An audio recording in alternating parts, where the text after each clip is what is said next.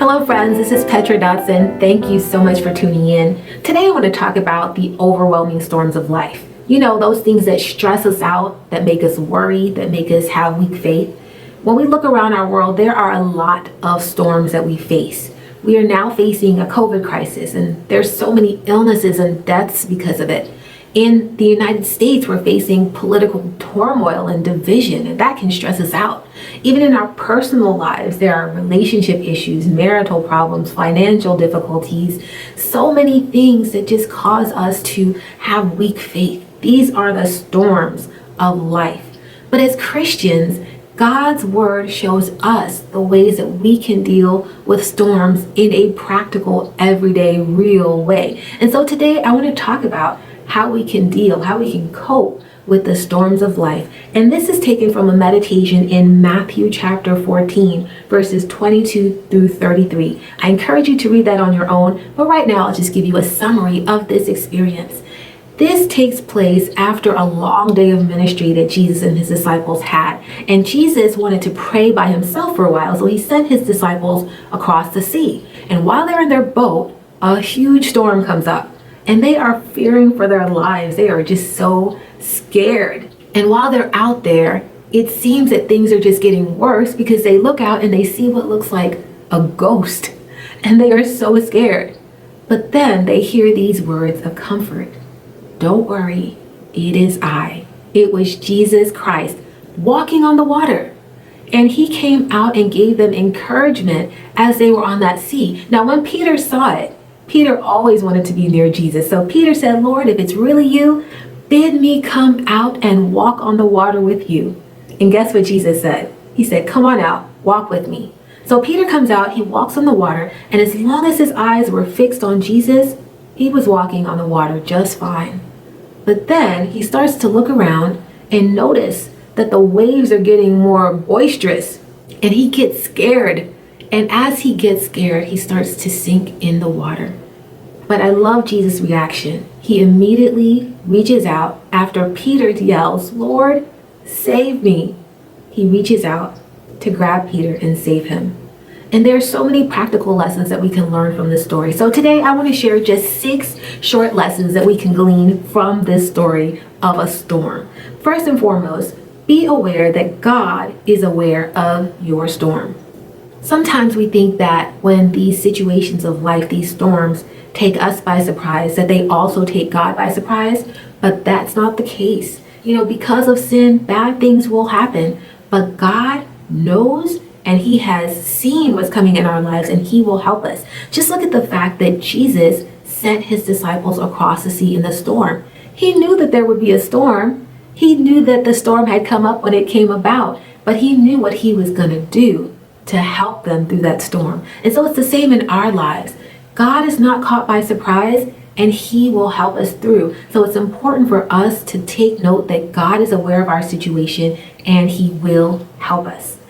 Another thing that we can learn from this story about dealing with storms in life is that God always gives proof of his power to save us. You know, in this story, Jesus came out to meet his disciples, but I love how he did it. He didn't come in another boat. He actually came walking on the water. He was proving a point to his disciples that he had power not just over water, but over a storm. He walked on it. And so as they saw him and they realized it was him, they had confidence that our God is powerful over our storm. And we can have that confidence too. If you look back in your life at the miraculous things that have happened, God was proving to you that he was more powerful than those situations that you were in. He was able to see you through them. He was able to eliminate those things from your lives or change things so that things went for your good. And so God is showing us that he is more powerful than our storm and he can save us. So that's something to keep in mind. Another thing that we can learn from this passage about dealing with storms is that when things seem bad, Jesus is actually working for us. So the disciples are out on the lake. There's a storm. That's bad enough. But now they see what appears to be a ghost. Things seem to be getting worse. But in reality, it was Jesus coming to help them. Think about that. In our lives, when we face storms, things always seem to get worse and worse and worse. But have you thought about the fact that maybe God is working through that thing for your good? If we're Christians, we have the promise of God that He is working things for our good, that He is working things out for those who love Him and are called according to His purpose. And so when we see our storms seeming to get worse, just think, God is working for me. Jesus is working on my behalf. So another lesson that we can learn from this particular passage about dealing with storms is that Jesus gives us encouragement during the storm. Look at how He spoke peace to the disciples when they thought He was a ghost. He says, "Don't worry, it's me." He wanted them to know He was there with them in the storm. And when Peter asked to come out and walk with Him, Jesus could have said no, but He wanted to build the faith of those disciples. So He told Peter, "Come on out."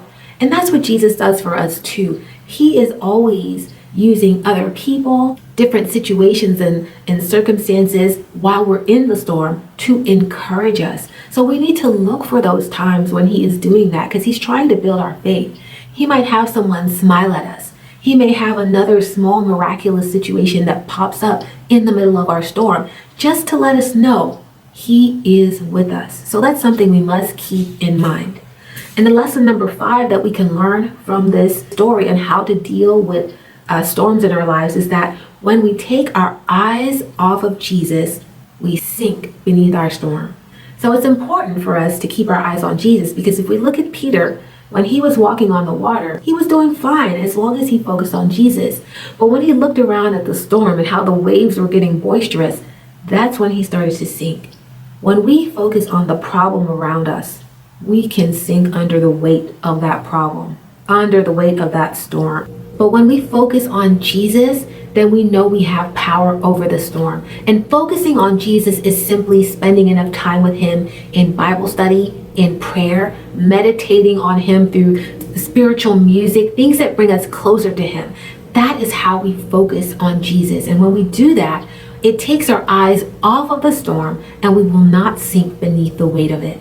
And the final tip that I would like to share on how we can deal with the storms of life from this passage is whenever we call God for help, He reaches out to us. Whenever we call Jesus for help, He reaches out to us. Look at Peter. When he started to sink beneath those waves and he said, "Lord, save me," Jesus didn't just let him sink.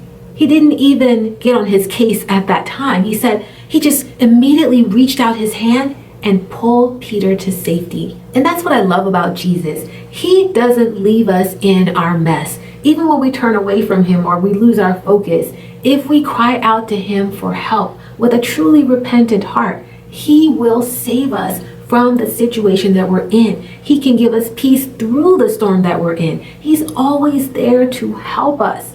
And this is evident from this story. Yes, the disciples were still in the storm, but Jesus was there with them, speaking peace to their hearts and helping them through it. And He can do the same for us. So let's keep that in mind. God is always there to help us through the storms of life. When we get stressed out and we start to worry, let's remember He's aware of our situation. He is proving His divinity, His power to us. He is there to help us when we call out to Him. He will be with us if we focus on Him, and He will save us whenever we ask Him for help. And we need to learn this now in these smaller storms of life, because the Bible tells us that as Christians, we will suffer persecution in the end times. And so as Christians, we want to always have courage and faith in God. And when we start with these storms that we're facing now, we know we can make it through to the end.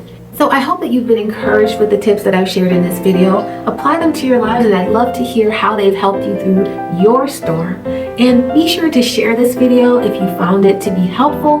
Like it, subscribe to my channel, and until next time, take care, God bless, and Maranatha.